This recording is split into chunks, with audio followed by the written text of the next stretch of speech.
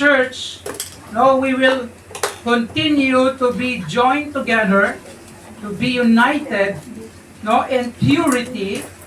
When we say purity, it can be also mean that no, we are working out together to cleanse or to resolve no, ang mga no, problems and something that occur or it's something that interrupts or destroy the unity and the testimony of the church as a Christian.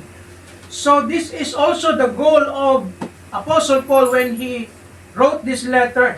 And now we are in the still in chapter 1, and last time we talked about the division.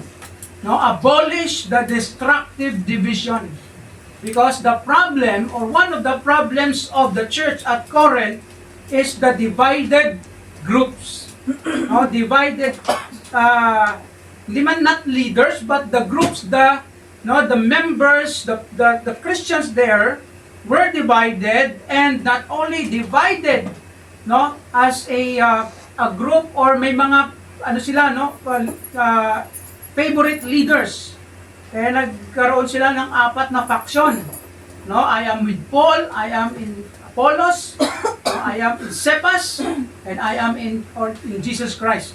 So, yun ang mga na-mention ni Apostle Paul na mga claims ng mga Christians doon at nag-aaway-away sila.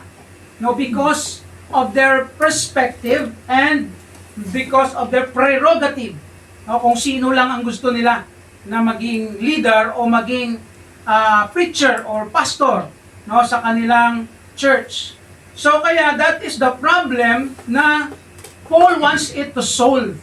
No, kaya kinorek sila ni Paul, no, binigyan sila ng advice and rebuke that is Christ divided? No, of course not. Is Paul crucified for you? Of course not, because it is Jesus. And in the next passage po natin, verses 17 down to 25, ang title po natin is Gospel-Centered Church. No, the Gospel-Centered Church. Kasi ito yon ang gusto i-emphasize ni Apostle Paul no, in his letter. Instead of mag-divide po kayo, no, isipin po natin no, na ang gospel, ito po ang pinaka-sentro ng lahat. No, the gospel, which is, when we say the gospel, of course, Jesus Christ, His life, no, His death, burial, and resurrection, that's the summary of the gospel. And when we say the gospel, it is also called good news. No, mabuting balita. Good news in the sense that ang bad news is tayo ay makasalanan na tao and tayo po ay dadalhin, no, ipaparusahan sa impyerno. That's the bad news. And the good news that the Bible says is that there is a way that you can be saved. No, you can be redeemed. That is the gospel. No, mayroong kaparaanan, and that is the way, no, si Jesus Christ. Kaya di ba yung claim ni Jesus Christ, I am the way, the truth, and the life. Ako yung daanan, ako yung katotohanan, at ako yung buhay. No one comes to the Father except through me. So Jesus Christ is the gospel. Kaya sa Bible, pag sinabing gospel, big letter si Jesus. Pag sinabi mo naman gospels, no, ito yung 4 gospels in the Bible. The story of the life of Jesus. No, nung nandito pa siya sa mundo. So yan po ang ibig sabihin natin.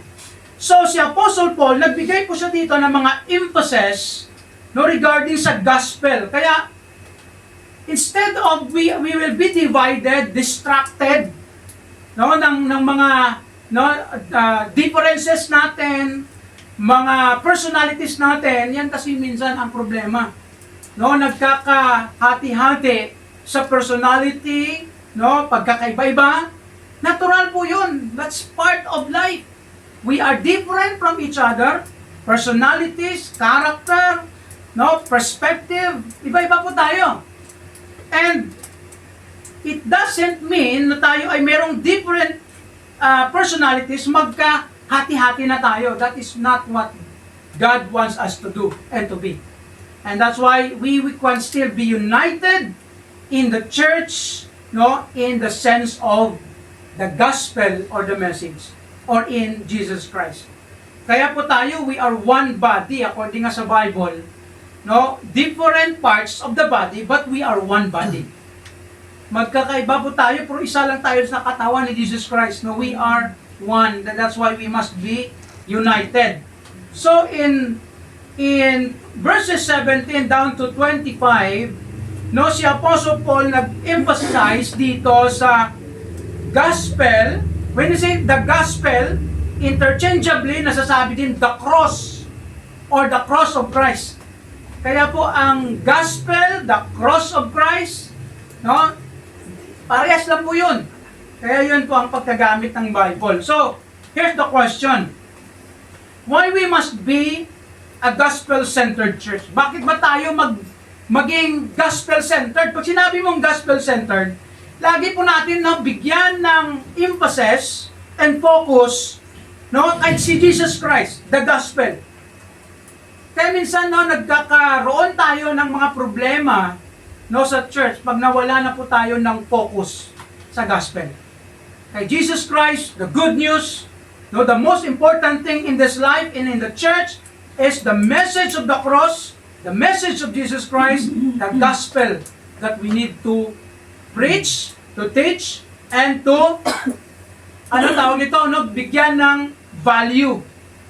Kaya alam niyo po, bilang isang Kristiyano, ito po dapat ang bigyan natin ng highlight sa buhay po natin. Kaya minsan magkakaiba tayo minsan nga sa mga theologians, no, mga nag-aaral ng Bible. Minsan may maraming pagkakaiba ng interpretations in some ways or some areas, practices. But if we will, no, consider the gospel, the salvation na parehas, so be it. Kaya alam niyo po, hindi lang po tayo ang church na sinasabi na tama. Marami ding mga church. No, as long as the message of the gospel, no, the message of the cross, the salvation is the same. We are one. No? Kung parehas ang kanilang kaligtasan sa atin, kahit anong pangalan ng church na yan, parehas lang tayo. We are one in Christ because salvation is the most important, no, the gospel, ito pong pinaka-importante sa lahat, it will unite us in Christ. No, ito po yung tayo kasi kahit anong pangalan ng church, pero ang kanilang tinuturo is Jesus Christ, by faith alone, masave ka, save ka din. Regardless of their practices. No, ang importante, no, the message of salvation, the doctrines that we have, no, ang actually mga doctrines sometimes, may mga major doctrines na sinasabi natin. But meron ding mga minor doctrines. Wag siya minor. Yung hindi siya ganun kabigat. Minsan sa Bible, hindi siya gaano ka-clear. Kaya alam mo, ang pinag-aawayan lagi, yung mga future, alam mo yon, yung eschatology, no, yung ano ba pagdating ni Jesus Christ, pinag-aawayan yan. No, ano ba pagdating ni Jesus Christ ba? Ito ba, itong mangyayari, ito.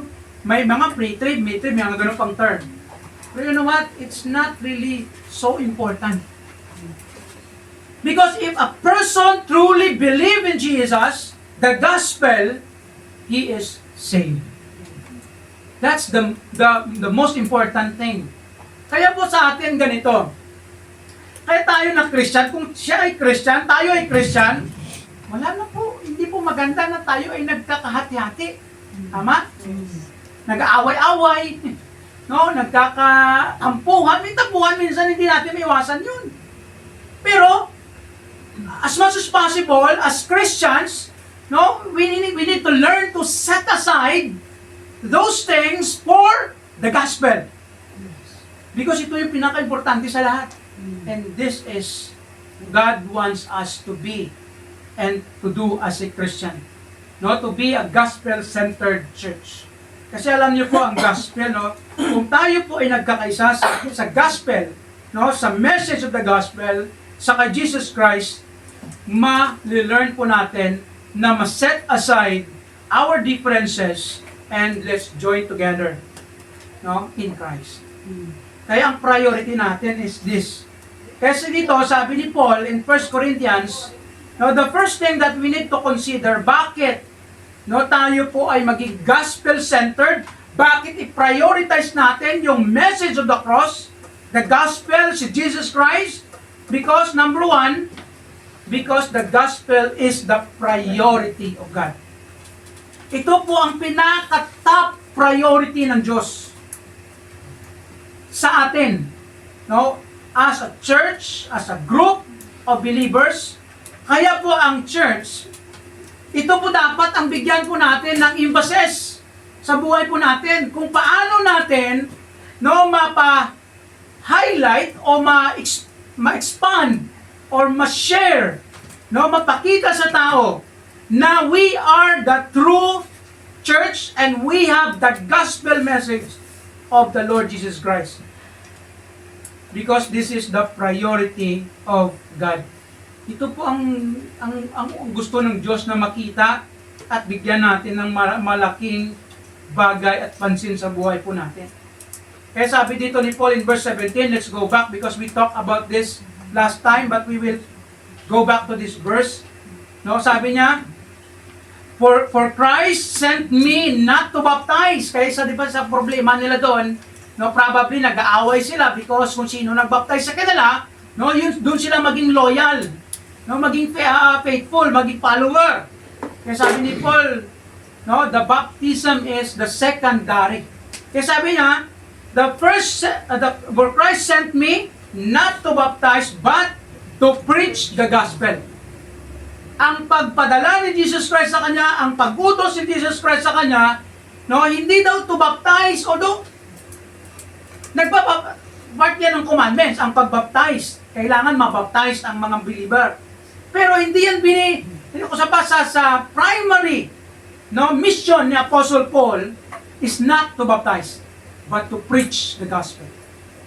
To share Jesus Christ to other people. The salvation that they need. Kaya sabi niya ba, dinugtong niya, not with wisdom of words, lest the cross of Christ should be made of none effect. Napag-usapan na natin to last time. So the primary mission of us, no, as a church and as an individual Christian is to preach the gospel. Ito po ang primary po natin na mission na inutos ng Panginoon. Kaya di ba, no, sa Bible ang tinatawag na Great Commission. Ito po ang pinakamalaking utos ng Diyos sa atin. Kaya when Jesus Christ was rose from the grave, no, nung nabuhay na siyang muli, ang last words ni Jesus Christ sa mga disciples, sabi niya sa verse 15 ng Mark 16, and He said unto them, He's talking to the disciples who were present, go ye into all the world and preach the gospel to every creature. Ito po ang utos na ito, hindi lang to para sa mga disciples, para sa mga pastors, no, para sa mga missionary. Hindi lang po ito para sa kanila, sa amin, but para ito sa lahat. May ibang mga belief na, hindi, para lang yun sa kanila, hindi naman tayo kasama doon. No. Still, this command is actively, no, it is an active command that we must prioritize sa buhay po natin because this is the primary mission that God gave you and me. Us as a Christian or as a church.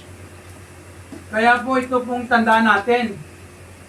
Kung tayo po ay hati-hati, no, nagkaroon ng hindi magandang relationship, alam niyo kung anong unang masisira? Hindi pong sarili natin. It is God. God will not be destroyed, of course. Hindi masisira ang Diyos. Kasi ang Diyos is infinite. Ang Diyos natin is immutable. Hindi siya masisira. But through our division, conflicts, unresolved relationship, the gospel is hindered. No? Instead na maganda ang ating fellowship, instead na makakaakay pa tayo ng ibang mga tao na maging Christian din at makasama natin, wala na. Nasisira. And that's the problem. No, when we are divided, bahala kayo sa buhay nyo, may sariling mundo kami, bahala na. Ganun bang mga sometimes mindset? That's why we need to do away that. Set aside and focus on the primary mission that we have as a church and as a Christian. Kaya in Matthew 8:28, ganun din yun, the same, similar passage. Matthew 20, the Great Commission. Matthew 28 verse 19, go ye therefore and teach all nation. Teach all nation. Ano yung i-teach?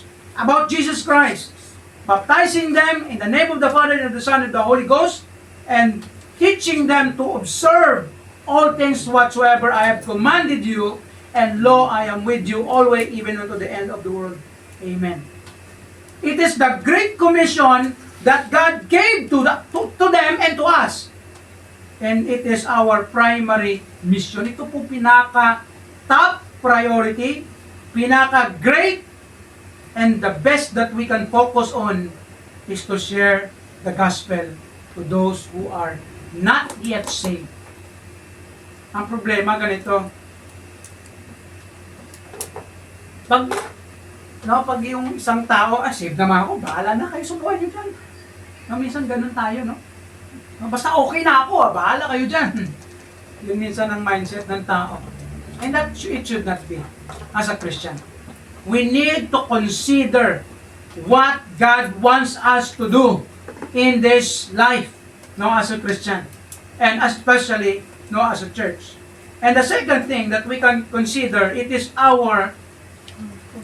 the purpose of our ministry. The reason why we gather in this church, not only to worship God, but to preach the gospel and to encourage one another to do the same.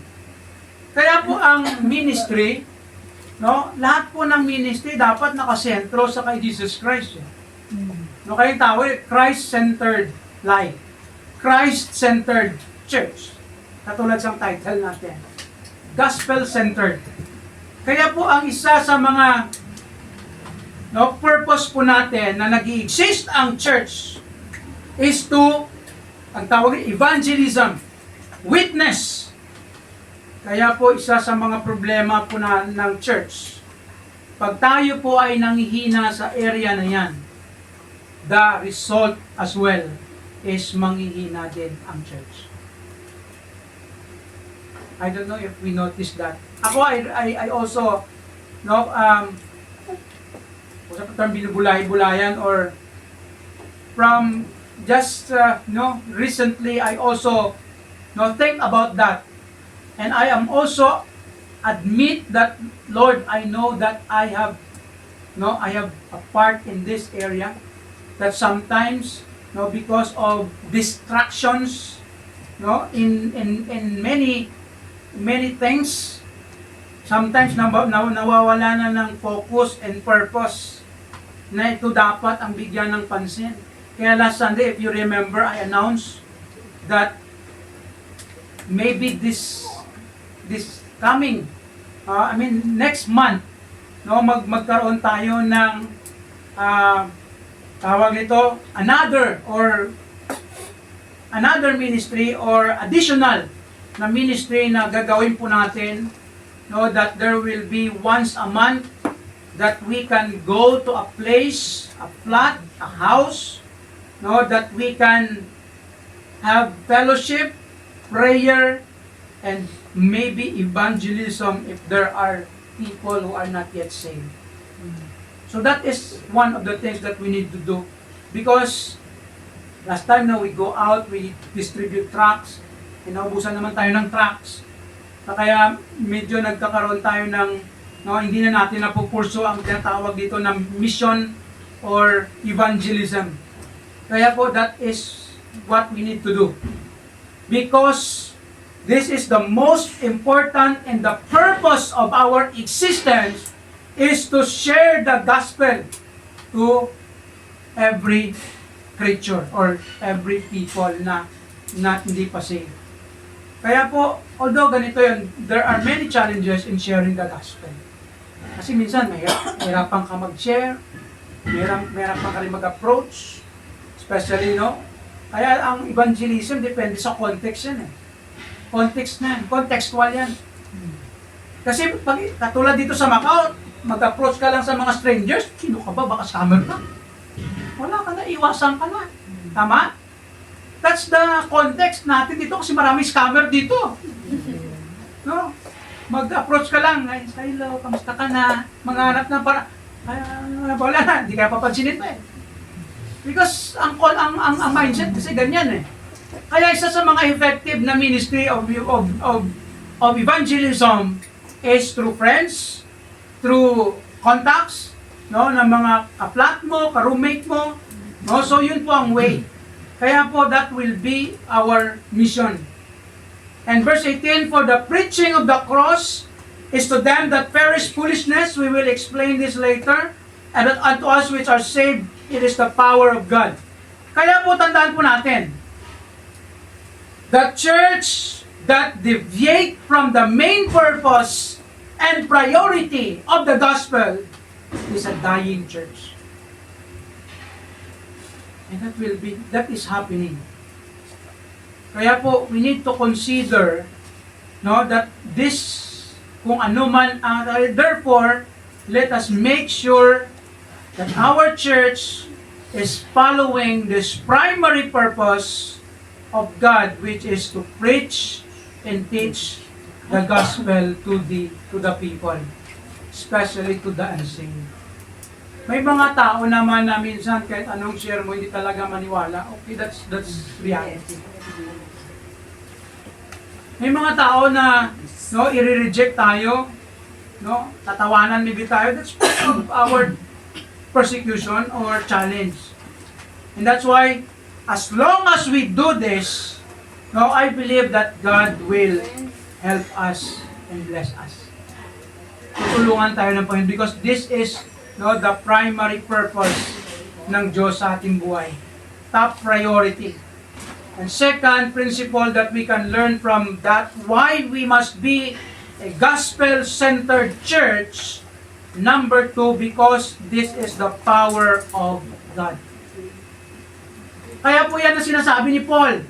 No, not only that is the mission that God has given us. The second principle, it is the power of God. Verse 18, balik po tayo. For the preaching of the cross is to them that perish foolishness. Take note this verse. Ang sinasabi ni Paul, to them that perish, ito yung mga tao na hindi na talaga ayaw na tinatanggapin ang message of the cross. Ang cross dito, it means Jesus Christ. Yan po ang ibig sabihin. Kaya, bakit sinabi ni Paul na cross? Alam nyo ang word na cross sa time nila. Kaya sabi dito, no, sa kanila na ayaw tanggapin yung message of the cross, foolishness. But unto us which are saved, it is the power of God. We will consider that later. Ito po yung verse natin. Kung ikaw ay Christian, no, na ikaw ay naniniwala, no, nanampalataya kay Jesus Christ, you know this. Ano po itong power na ito? Ano ba itong power na sinasabi? Hindi itong power na pwede kang makapalutang ng bagay, ha? It is the power of God that what? That saves the sinner. Kasi ito yun. Wala pong may makaligtas sa atin. No one can save us except Jesus Christ. Kaya po, the only way, no, of our salvation, a person, a sinner, kasi lahat tayo makasalanan. Lahat po ng tao, walang exempted na tao sa mundo na hindi siya makasalanan. All are sinners. Hindi ko nalagay dito yung yung verse, but in Romans chapter 3 verse 10, it is written, there is none righteous, no, not one. No one is righteous. And verse 23, for all have sinned and fall short. We are fallen. No, tayo po ay nahulog, nahiwalay sa glory ng Diyos. Ibig sabihin, naputol ang relasyon ng tao sa Diyos because of sin. Kaya di ba si Adan at saka si Eva, sabi ng Diyos, pag kinain yung prutas na yan, mamamatay kayo. Sabi ni Satan, hindi kayo mamamatay, buhay pa rin kayo. Kaya kainin nyo na. No, that's the deception of Satan. But what God means, when you eat the fruit, you will die. You will be separated from me. Our relationship will be cut off. That means of dying. No, spiritual death. And that's the condition of every sinner in the world. Lahat ng tao. Kaya po tayo, ang tao, walang makakaligtas sa tao kundi Jesus Christ Himself. Kahit gaano kabait ang tao, gaano siya kabuti, gaano karami ang kanyang ginawang mga kabutihan, hindi yan makakaabot at makakaligtas sa kanya. Because only by faith, only by the gospel, by the cross, by the death, burial, and resurrection of Jesus Christ, the person will be saved. That is the power of God. Kaya alam niyo po, wala pong pwedeng makakuha o makakaalis ng punishment na yan sa ating kasalanan. Walang iba kundi si Jesus lang. Kaya sabi ni Paul in Romans chapter 1 verse 16, he's talking about also the gospel. For I am not ashamed of the gospel of Christ, for it is the power of God unto salvation, para magligtas to everyone that believeth. Kaya tayo, ang kaligtasan po natin by faith, by believing.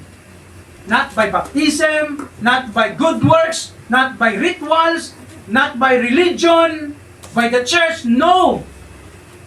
Kaya alam niyo po ang problema ng mga other religions, other church, ng kanilang kaligtasan, kailangan maging membro ka ng church namin, kailangan magpabaptize ka para makumpleto yung kaligtasan mo. That is wrong.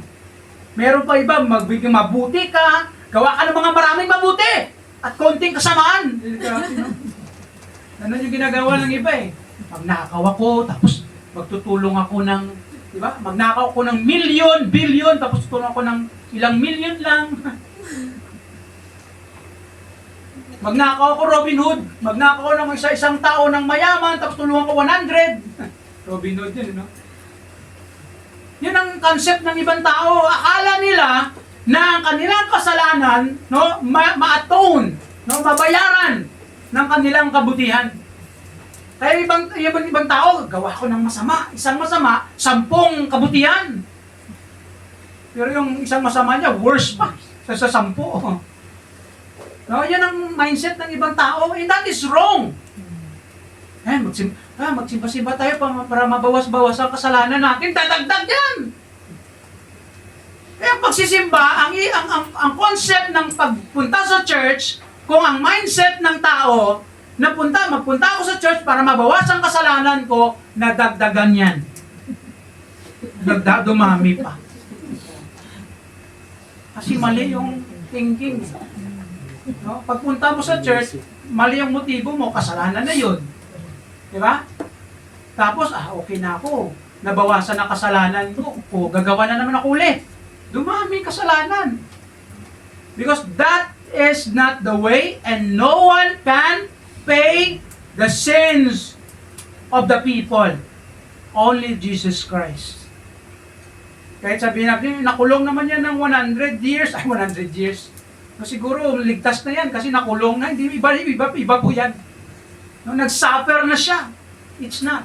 Yung iba pang yung kaligtasan, iba, ano tawag? Penitence? No? Yung alam mo yun? Ano ba yung tawag na term?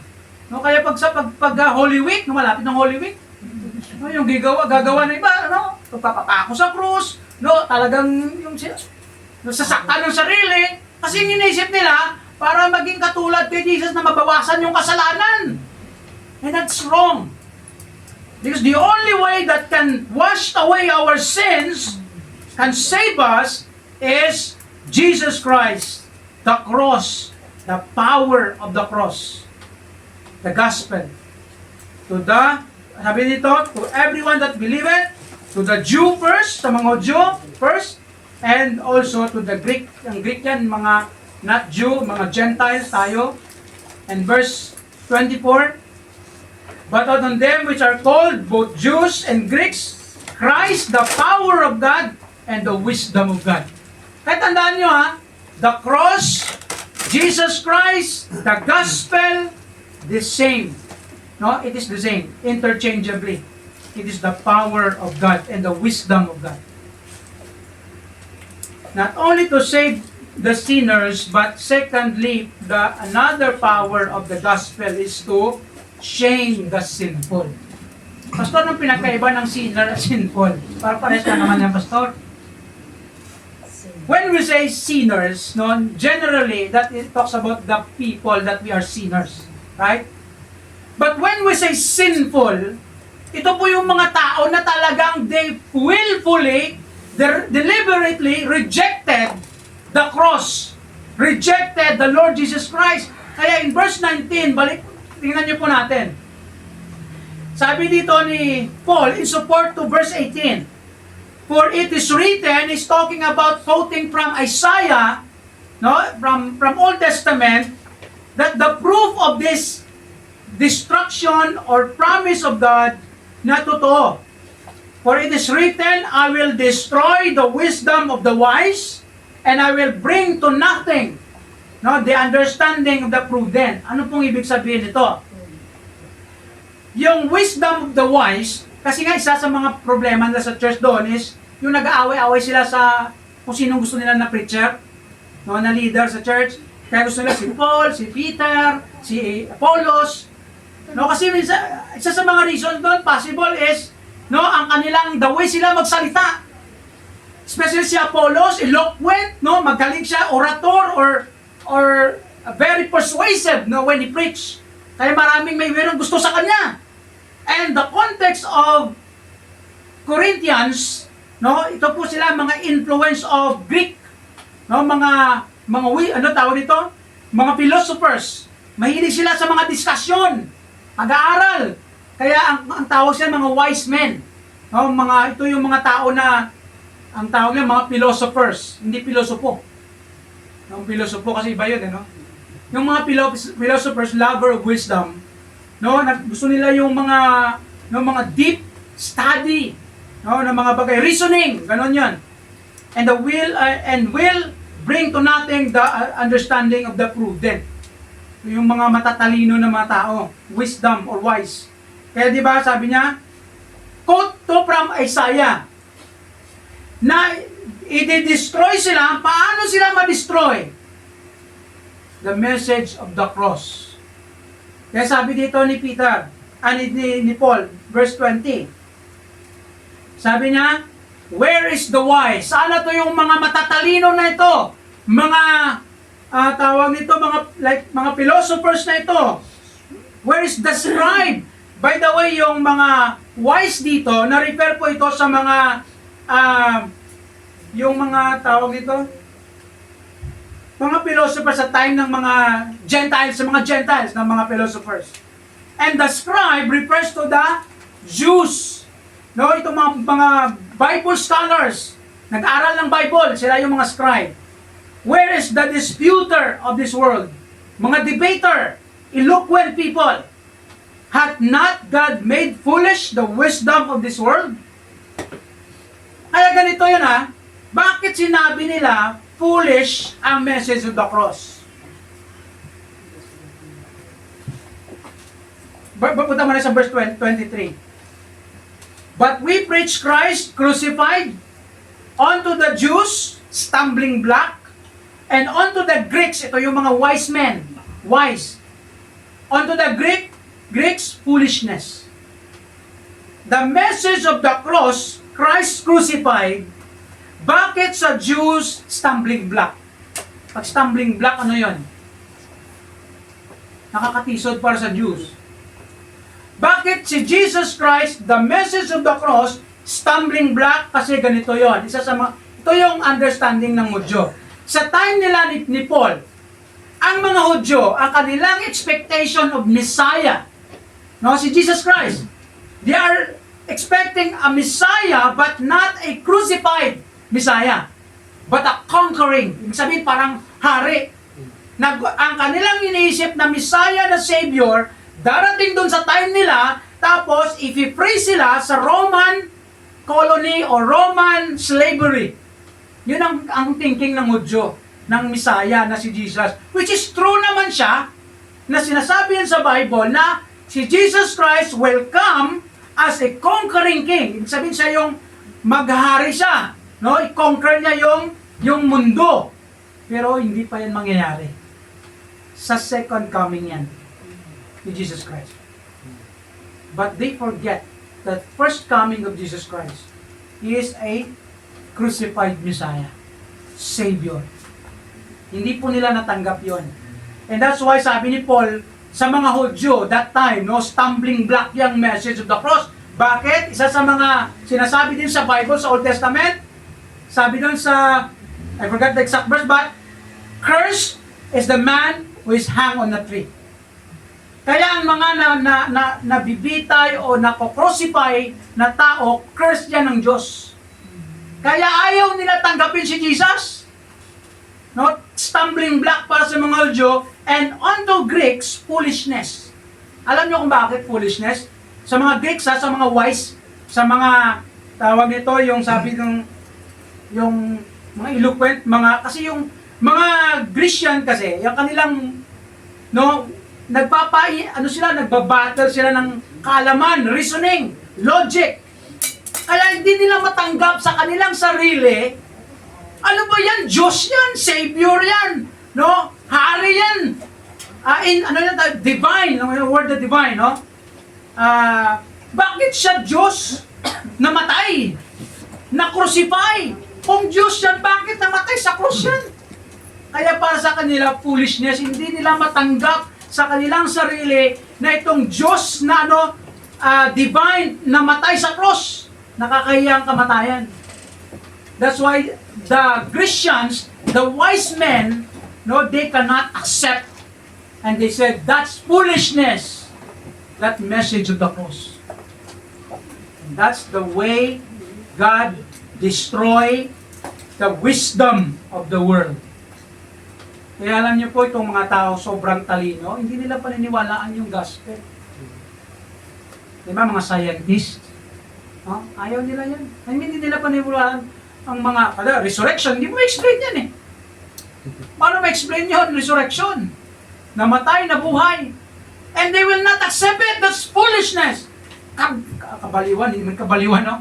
Ano sa Tagalog yan? Kahibangan, kabuangan. Kabagangan. Kung ano naman lang. Ganon sa kanilang pagtingin sa kay Jesus Christ sa message of the cross na namatay si Jesus at nabuhay muli. And that's what Paul says. And that's the way God destroyed their mindset. Bakit po na-destroy? Because through their thinking, through their wisdom, alam nyo itong mga taong matatalino, naghahanap ng paraan kung paano nila maligtas ang sarili. Ganito yung mga taong wise. Mga scientists mostly, pero may mga scientists naman later on na naging Christian. Na-amaze sila, na nakita nila kung paano ginawa ng Diyos ang creation. Pero maraming ayaw talaga kasi logic, reasoning, they cannot understand. Of course, because that's mystery. And that's how God destroy their wisdom. May napanood ako sa isang video lately lang sa China. May isang nag-document ng ginagawa nila doon na mga robot. Yes. Oo, parang tao. Ay sabi nila, ang kanilang goal daw, doon sa China, ang kanilang goal, gusto nila makagawa talaga ng tao. Oh, that's their parang goal nila ba? Na gusto nilang gumawa ng tao talaga. Although, siyempre, robot naman yan, pero yung flesh, no? Kaya alos lahat ng mga texture parang tao. Pero hindi nila magaya talaga.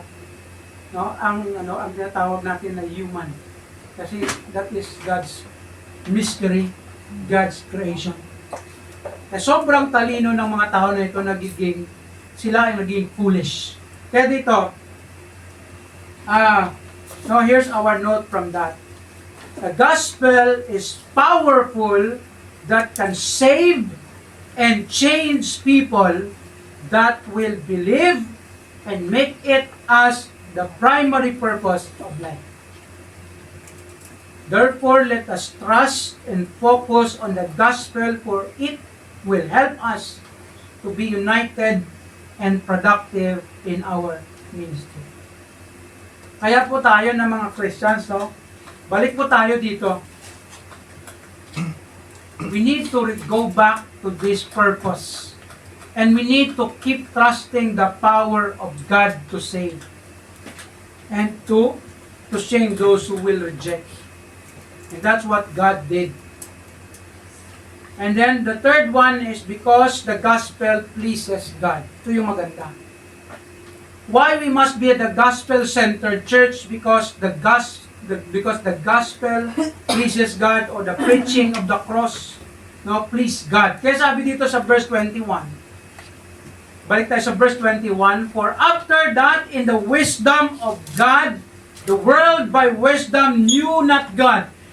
Kahit gaano katalino ang tao sa mundo, but without God's way and help, kung hindi nila matatanggap itong message of the cross, they will never knew God.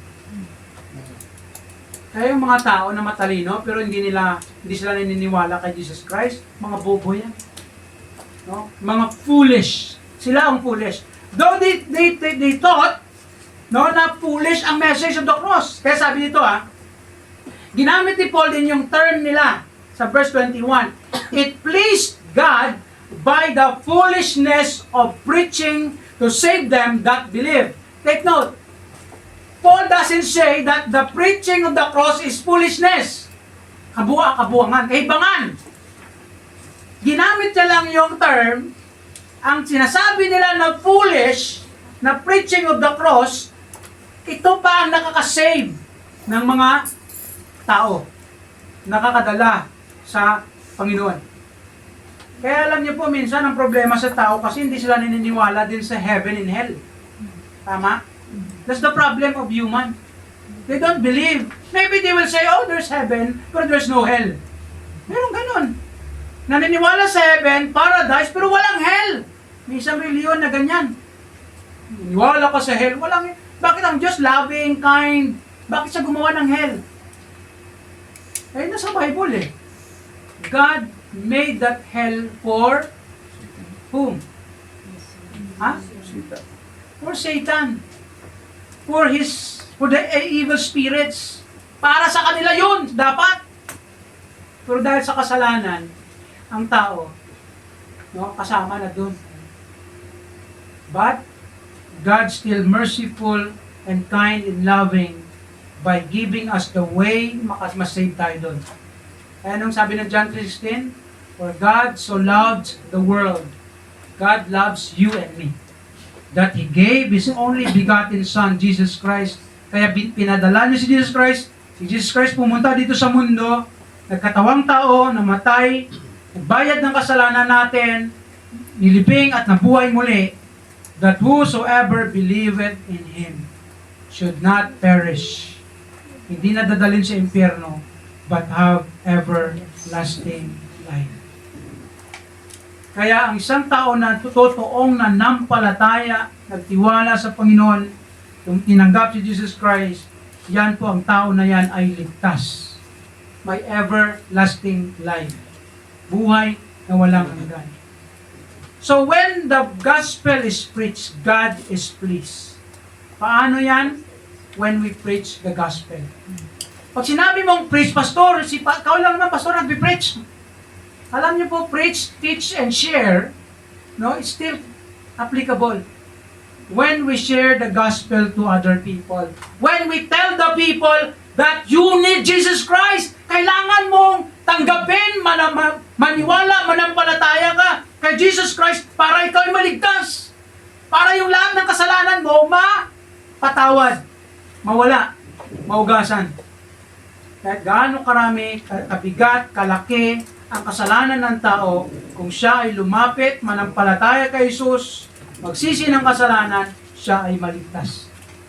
Mapapatawad, mawala yung lahat ng kasalanan. That's the way, no, mas save ang tao. And that pleases God. Kaya po tayo, when we share the gospel or preach the gospel, napi-please ang Panginoon. Kaya po isa din to sa mga encouragement sa amin ng mga pastor, that always integrate the gospel in the preaching.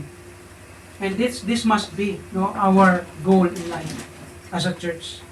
And when we prioritize the gospel, kaya yun ang sinabi niya, verse 17, ang pinaprioritize ni Paul sa kanyang buhay is to preach the gospel. More than anything else. Kasi kung, alam niyo po, okay naman yung ibang bagay na ginagawa natin sa ministry, pero kung makulangan tayo sa pag-share ng gospel, pag-evangelize, pag-preach ng gospel na ito, kulang talaga tayo. Makukulangan talaga tayo. Kaya po yan po ang pinaka-primary mission natin. And but we preach Christ crucified unto the Jews stumbling block. Nabasa natin ito kanina, verse 24. But unto them which are called, take note of this, unto them, tayo na tinawag, naligtas, both Jews and Greeks, Gentiles, parehas yun, Greeks or Gentiles. Christ, the power of God, and the wisdom of God. Nabasa na rin natin yung kanina. And final verse, or last verse there, because the foolishness of God is wiser than men, and the weakness of God is stronger than men. Ano pong ibig sabihin ni Paul? Kung foolishness man sa iba, sa mga matalinong tao, yung gospel, the cross na ito, wiser than men. Ang foolishness na yan, hindi yung ibig sabihin foolish, ang ginawa ang Panginoon, ha? Ang sinasabi lang ni Paul, ang kung foolishness of God, according to human thinking, wiser than man. And the weakness of God, nakala nila ang message of the cross is weak. Kasi Diyos mo, ang Diyos nyo, Savior nyo, namatay. Weak yan, walang saysay yan. That's the Greeks, they taught it, the Jews taught about that. And then sabi ni Paul, kung weakness man yan ng Diyos para sa iyo, stronger yan than men. Ibig sabihin, no one can compare to the gospel of God. Wala pong may maka-surpass dito. Matter how wise, strong, ang mga bagay-bagay sa mundo, the most important in this life is the gospel. Maangkin mo man lahat. Sabi nga, di ba? Sabi ni Jesus, ano sabi niya? If a man gains the whole world but loses his soul, he gains nothing. Ano ba yung exact na verse yun? Kalimutan ko yung exact na order.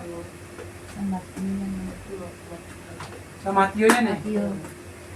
Kung nakuha mo man lahat sa mundo, mayroon ka man lahat sa mundo, pero ang soul mo walang saysay. Kaya po ang gospel is the most important thing that we must have in this life. And that's why God preaches. Kaya in Luke 15, the parable says, likewise I say to you, there is joy in the presence of the angels of God over one sinner that repented. Ibig sabihin, kung mag-preach tayo ng gospel, then may must save, there is rejoicing in heaven. God is pleased and rejoicing. They are rejoicing in heaven over one sinner that repented. kung may maligtas. Kahit na hindi ba walang may maligtas pero nag-share ka, God is pleased. Masaya ang Diyos para sa atin. Kaya po tayo, no, as a Christian and as a church, let's just go back to this. And as a pastor, it is also my challenge and my responsibility that I must go back to the gospel. And we must do this together. Let us join together in pursuing this goal. God's greatest joy and pleasure is to see the church faithfully preaching and prioritizing the gospel. Bigyan po natin to ng panahon. Bigyan po natin to ng halaga. Therefore, let each of us focus on this matter and the rest will follow. Balik po tayo dito. Because I believe that why we are suffering now, because we lack this. This is also my realization and my challenge. And this is also what God wants us to do. Hindi lang po to sa akin, but para po to sa atin lahat that we need to work on. Here's our reflection from this. What is our priority as a Christian and as a church? Ano bang dapat natin i-prioritize ngayon sa buhay natin as a church? Do we give more focus and value in preaching others for Christ or preaching the gospel to others? Sharing the gospel to others? And finally, do you experience the power of the gospel in your life as a Christian? Na-experience mo ba yung ang kapangyarihan ng gospel na ito na nagbabago sa buhay natin? Because this gospel is powerful. Amen. Nagbabago to. Pinabago tayo. Hindi naman tayo magiging perfect in the sense na sinless, but we are changing.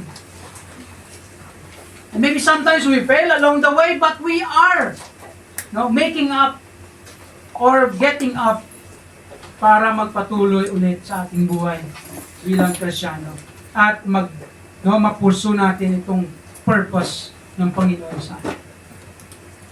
I hope and pray that this will be our goal in life. Shall we pray?